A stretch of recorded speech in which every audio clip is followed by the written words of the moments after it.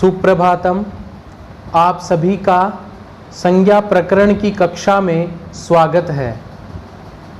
आप सभी को विदित है कि संज्ञा प्रकरण कोटा विश्वविद्यालय के बीए प्रथम वर्ष में व्याकरण एक इकाई है, उसके अंतर्गत एक बिंदु संज्ञा प्रकरण है। संज्ञा प्रकरण की विगत हमने कई कक्षाएं ली है और यह संज्ञा प्रकरण की अंतिम कक्षा है, जिसमें हम सभी कुछ संज्ञाओं के बारे में चर्चा करेंगे। आप जानते हैं कि संज्ञा प्रकरण में किस प्रकार से कितनी संज्ञाएं आई, इत संज्ञा हो, लोप संज्ञा हो, अनेक प्रकार की संज्ञा आई। हमने माहेश्वर सूत्रों से प्रत्याहार बनाए, आकार आदि के भेद किए। तो अंतिम कक्षा में हमने सवर्ण समान वर्णों के दो आधार, एक उच्चारण स्थान, जिन दो या दो से अधिक वर्णों का यदि उच्चारण स्थान समान है तो उनको कहेंगे हम समान वर्ण। समान वर्ण का अभिप्राय सवर्ण कहलाते हैं। उसके बाद में हमने दूसरे आधार प्रत्ययों की भी चर्चा की, यत्न कितने प्रकार के होते हैं। और आज एक नया ही सूत्र आ रहा है, वह सूत्र भी हमें क्या कहता है, सवर्ण समान वर्णों के बारे में बताता है। मैंने आपको बताया है कि आकार कहने से आकार भी संस्कृत में आ जाता है। उसका कारण क्या है, वो कौन कौन से वर्ण हैं जो आपस में समान वर्ण कहे जाते हैं, उनके बारे में हम विस्तृत चर्चा इस सूत्र के माध्यम से करेंगे। अस्तु, अब देखिएगा, यह आपके समक्ष सूत्र है। देखिएगा, सूत्र का नाम है अनुदित सवर्णस्य चा प्रत्ययः नाम का सूत्र है। इस सूत्र का पदच्छेद क्या होता है, प्रथमम पदम अस्ति अत्र अण् अस्तु एवं द्वितीयं पदम अस्ति उदित। प्रथमम किम अस्ति, अण्, दूसरा क्या है, उदित, तीसरा सवर्णस्य च अप्रत्यय है। यह इस सूत्र का पदच्छेद होता है। अब अण एक क्या है, अण एक प्रत्याहार है। उदित, अनुदित के अंदर अण प्लस उदित मिला हुआ है ना, तो उदित का यहाँ पर अर्थ है कु, चु, टू, तु, पु। ये जो पांच ये जो बोले हैं मैंने, इनमें उ की इत संज्ञा हो जाती है, इनको कहा जाता है उदित। उसके बाद में सवर्णस्य, सवर्णस्य का अर्थ यहाँ पर क्या है, समान वर्ण, च अप्रत्यय है, अप्रत्यय होता है। अब देखिएगा, ये तो हमने सूत्र के पदच्छेद देखे हैं। अब देखो इनके प्रत्येक का क्या अर्थ होगा और सूत्र की वृत्ति क्या होगी, वो आप देखिएगा। अब देखिएगा, इस सूत्र में एक पद आया अप्रत्यय। अब प्रत्यय किसको कहते हैं, उसकी परिभाषा आपकी पुस्तक में दे रखी है, प्रतीयते विधीयते इति प्रत्यय है। समझ में आ गया। और यहाँ पे लिखा हुआ है अप्रत्यय है। अप्रत्यय है का अर्थ क्या हो गया, जिनका विधान नहीं किया जाता है उनको क्या कहते हैं, अप्रत्यय कहते हैं। समझ में आ गया। परीक्षा में प्रश्न आता है प्रत्यय कह, तो आपको क्या लिखना है, प्रतीयते विधीयते इति प्रत्यय। अब देखिएगा, तो जिनका विधान नहीं किया जाता है वो अप्रत्यय होते हैं। ऐसे अण तथा उदित सवर्ण के ग्राहक होते हैं, अर्थात अण प्रत्याहार और उदित कै, कूत, ये कै वर्ग, चै वर्ग, टै वर्ग, तै वर्ग और पै वर्ग, ये क्या होते हैं, सवर्ण। सवर्ण का अभिप्राय क्या हो गया यहाँ पर कि समान वर्ण कहलाते हैं। यहाँ अण में लण के ण का ग्रहण होता है। अब यहाँ पर एक शंका होती है कि अ ई उण में ण है, उसके बाद में हय वरट लण, लण में ण है, तो दोनों में ण है और यहाँ पे प्रत्यय लिखा हुआ है अण। प्रत्यय यहाँ पे क्या लिखा हुआ है, अण लिखा हुआ है।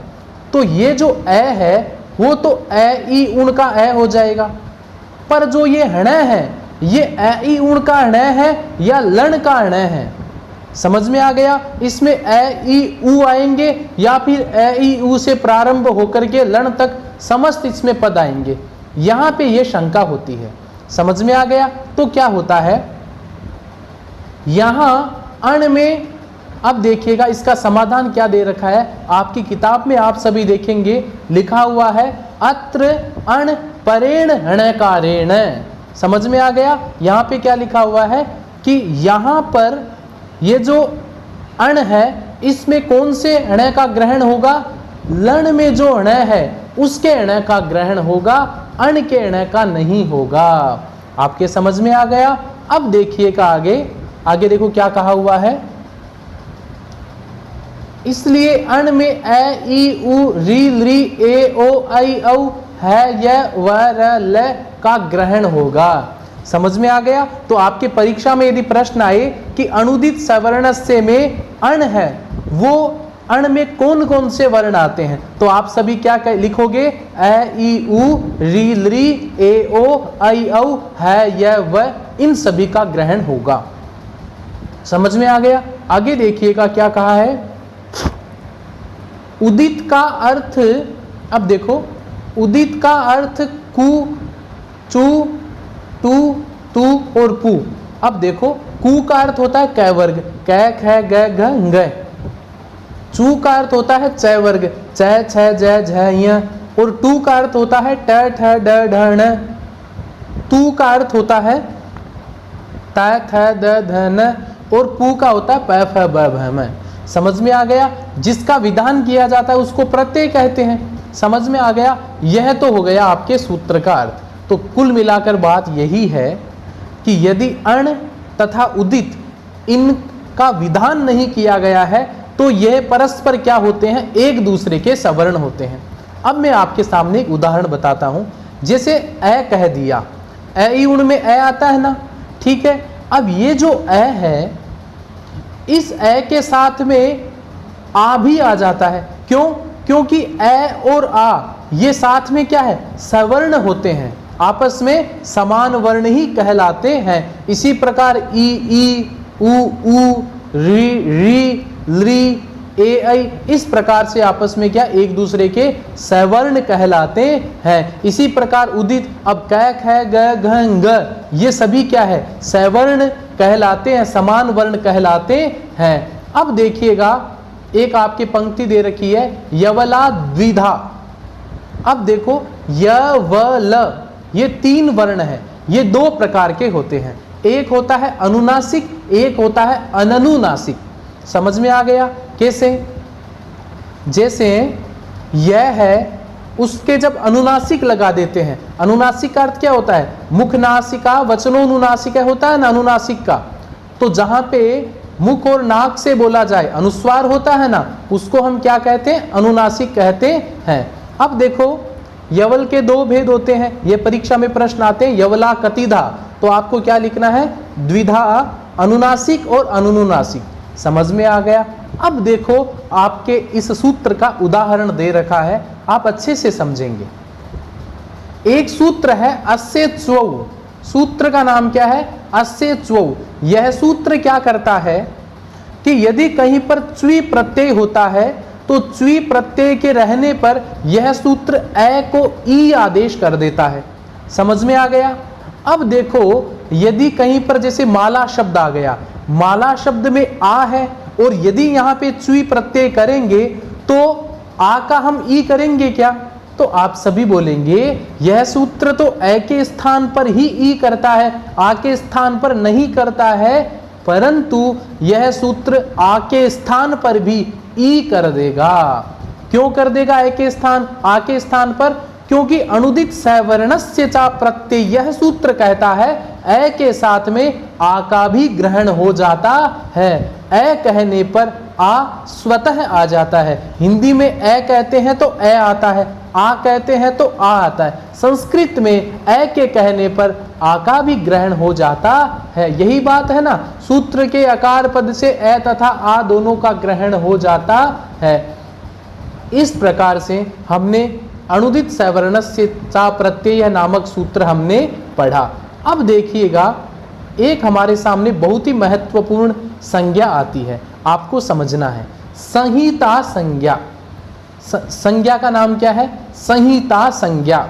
ये जो संहिता पद है इसका अर्थ क्या होता है ये हम सभी समझेंगे। तो संहिता संज्ञा करने वाला सूत्र है परः सन्निकर्ष है संहिता नामक सूत्र है। अब देखो इस सूत्र का पदच्छेद होता है। पहला पद इसमें होता है परः। पहला पद कौन सा होता है? परः।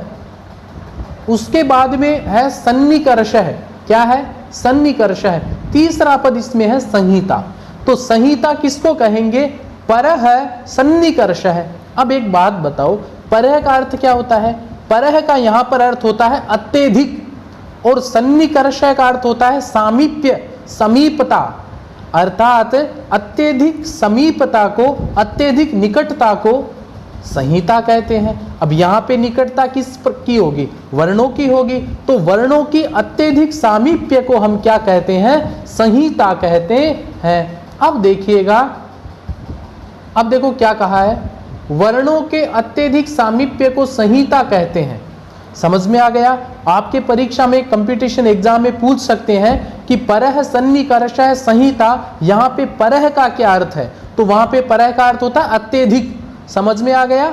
उसके बाद में सन्निकर्ष का अर्थ क्या होता है? सामीप्य, समीप, समीप, है ना।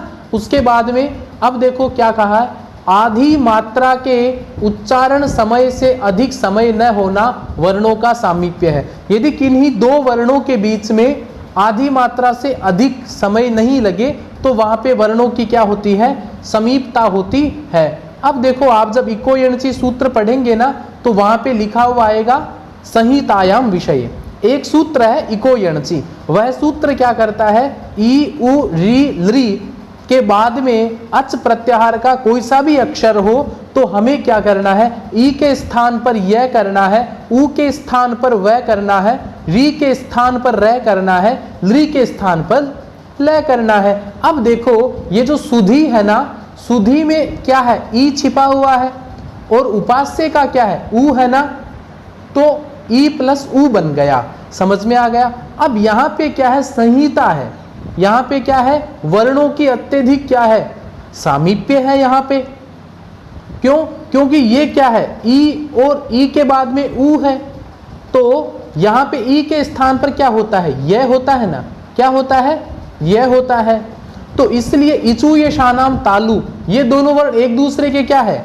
उच्चारण के स्थान, उच्चारण के हिसाब से यहाँ पे दोनों क्या है? सवर्ण है। इसलिए यहाँ पे संहिता होने के कारण, वर्णों की अत्यधिक समीपता होने के कारण यहाँ पे क्या हो जाता है? संहिता हो जाता है। समझ में आ गया? आपकी परीक्षा में प्रश्न आएगा कि संहिता संज्ञा कौन सा सूत्र करता है, तो आपको लिखना है परः सन्निकर्ष संहिता। अस्तु, अब एक बात बता देता हूं, ये संहिता कहाँ कहाँ होती है यह आपको ध्यान रखना है। पहली बात तो ध्यान रखो, संहिता एक पदे नित्या। देखो संहिता होती है वो कई जगह होती है। एक संहिता होती है एक पद। संहिता का अर्थ मतलब क्या है? वर्णों को आपस में जोड़ना। कहीं पर भी एक पद हो तो आपको वहां पे संधि करनी ही होगी। जैसे एक पद आ गया, कोई सा भी एक पद ले लो। जैसे पद है रमेश पद है। पद कौन सा है? रमेश पद है, या रामाणाम पद है। तो अब ये एक पद है, तो एक पद में आप ऐसा नहीं कर सकते कि जैसे रामा यहाँ पे लिख दिया और नाम आप आगे लिखोगे। इनको एक लाइन के नीचे लिखना होगा। तो जो एक पद है, पद किसको बोलते हैं? सुप तिंगंतम पदम। या तो उसके अंत में सुअवजस का कोई प्रत्यय हो या तिंगंत का कोई प्रत्यय हो, पद बन जाता है। उनको आप अलग अलग नहीं लिख सकते, उनको आप एक ही लाइन के नीचे लिखोगे। समझ में आ गया? तो जैसे एक पद है ना, तो जैसे मान लो आपका है अब रामाणाम। अब इनको आप अलग अलग नहीं लिख सकते, इनको एक ही लाइन के बीच में लिखोगे। तो संहिता एक पद में हमेशा होती है। संहिता एक पदे नित्या, नित्या धातु उपसर्गयो हो। याद रखो धातु और उपसर्ग में हमेशा आपको संधि करके लिखना है। देखो हम क्या करते हैं, इन छोटी छोटी गलतियों के कारण हमारी परीक्षा में नंबर कम आ जाते हैं। उसका कारण क्या, आपको इन नियमों का पता नहीं होता है। तो उपसर्ग और धातु है, वहां पे हमें संधि निश्चित ही करनी है। जैसे स्वागत है, तो स्वागत में आप ऐसा नहीं लिख सकते सुआगत, ऐसा नहीं लिख सकते, वहां पे आपको यण संधि करके ही लिखना होगा। समझ में आ गया। उसके बाद में नित्या धातु उपसर्गयोः वाक्य तूसा विवक्षाम अपेक्षते, वाक्य के अंदर आपकी इच्छा है तो आप क्या कर सकते हो, संधि कर सकते हो, नहीं इच्छा है तो नहीं कर सकते हैं। जैसे एक वाक्य लिखा, रामः अत्र आगच्छति, ऐसा आप लिखोगे तो यहां पे संधि कर सकते हो, रामोत्र आगच्छति लिख सकते हैं, रामः अत्र आगच्छति ऐसे भी लिख सकते हैं। क्यों? क्योंकि वाक्य के अंदर आपकी इच्छा है, आप संधि करो या नहीं करो, उसमें कोई समस्या नहीं होती है। उसके बाद में नित्या समास है, यदि कहीं पर आपने समास कर दिया तो समास करने के बाद में भी आपको संधि करनी ही होगी। समझ में आ गया। इसके भी बहुत सारे उदाहरण मिल जाते हैं। इस प्रकार से आपकी ये जो संहिता है, परः सन्निकर्ष संहिता, यह सूत्र आपको समझ में आ जाना चाहिए। अब देखो एक सूत्र है हलोनंतरा संयोग है, यह सूत्र क्या करता है, संयोग संज्ञा करता है। आपने सुना हो ना संयोग शब्द, संयोग से यह काम हो गया, तो वो संयोग का अर्थ क्या होता है, देखो हल है, इसका पदच्छेद पूरा सूत्र है, हलोनंतराः संयोग है नामक सूत्र है। इसका पदच्छेद क्या होगा, हल है, पहला पद इसमें कौन सा होगा, हल है, दूसरा होगा अनंतराः, तीसरा होगा संयोग है। समझ में आ गया। हल है जो पद है वो प्रत्याहार का है।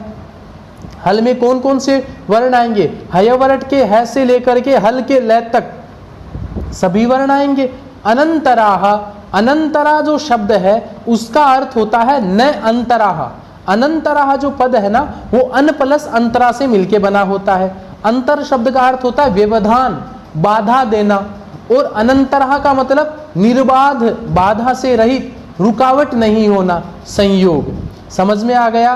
तो इसका अर्थ क्या हो गया, हलों का वहां पे क्या नहीं होना चाहिए, हलों की रुकावट नहीं होनी चाहिए, अर्थात उनके बीच में कोई सा भी हल वर्ण नहीं आना चाहिए। ये तो हुआ संयोग। तो संयोग संज्ञा आपको यदि पूछे तो आप क्या लिखोगे, हलोनंतरा संयोग है, इस सूत्र से संयोग संज्ञा होती है। अब देखिएगा यह आपके सामने सूत्र है।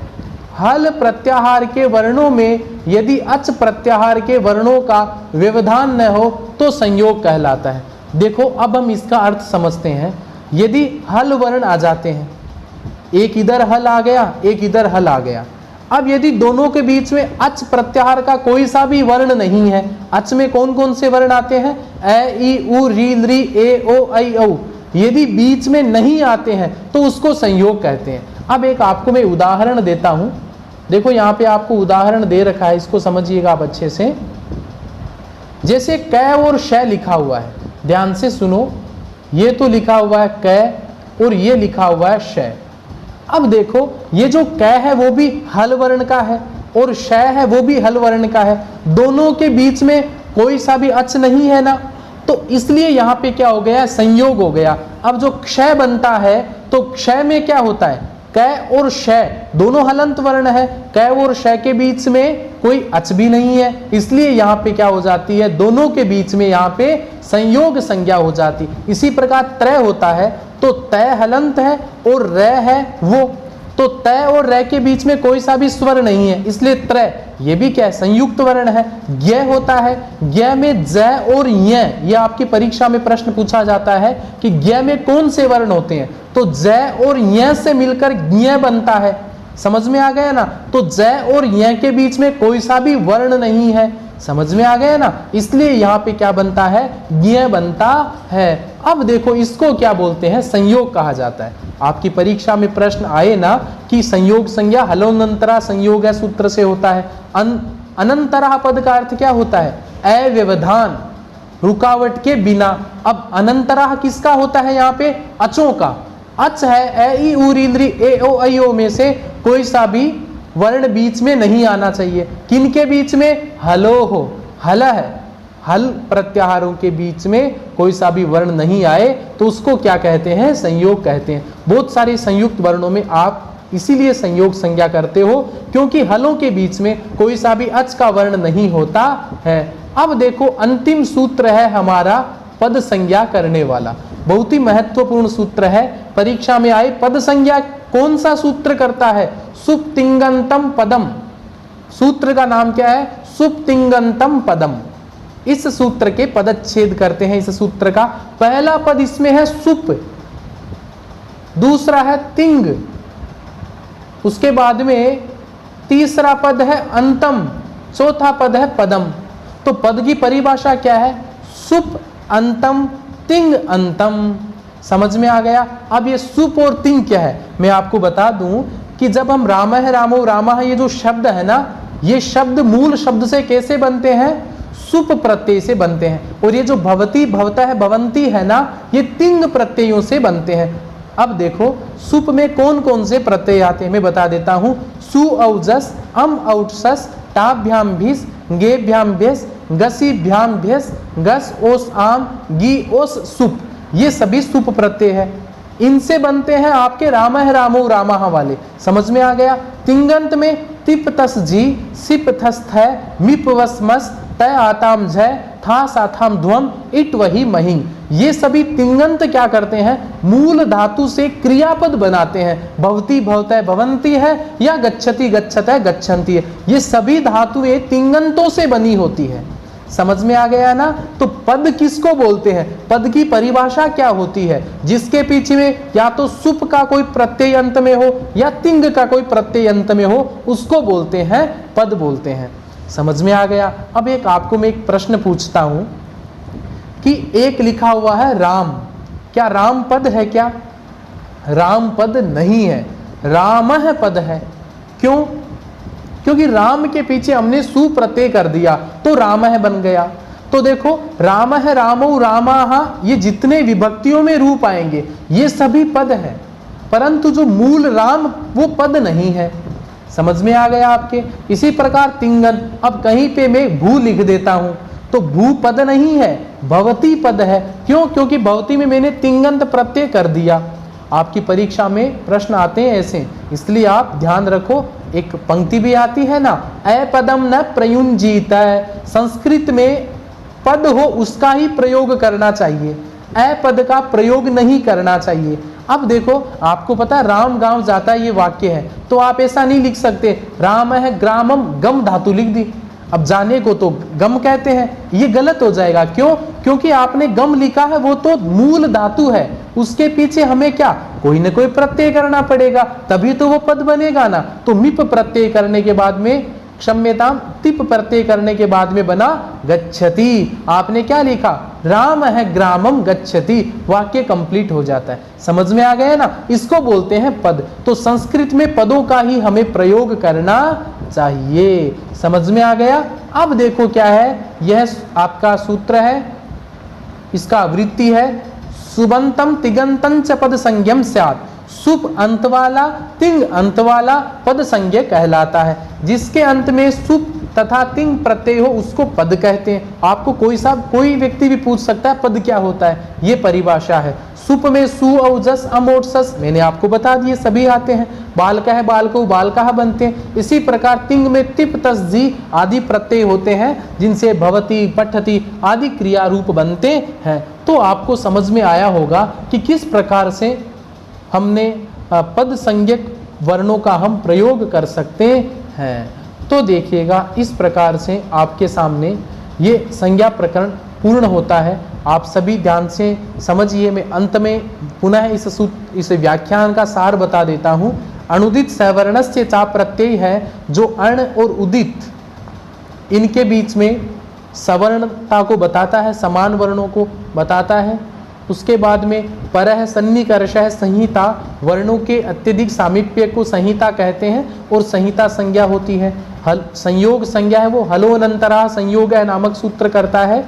जब हलों के बीच में कोई किसी अच का व्यवधान नहीं हो तो वो संयोग कहलाता है। उसके बाद में पद संज्ञा सुप्तिंगंतम पदम, पद किसको बोलते हैं? सुबंत और तिंगंत हो उसको पद कहते हैं। अपदम न प्रयुंजीत है, पद का ही संस्कृत में प्रयोग करना चाहिए, अपद का प्रयोग नहीं करना चाहिए। इस प्रकार से आपके संज्ञा प्रकरण पूर्ण होता है।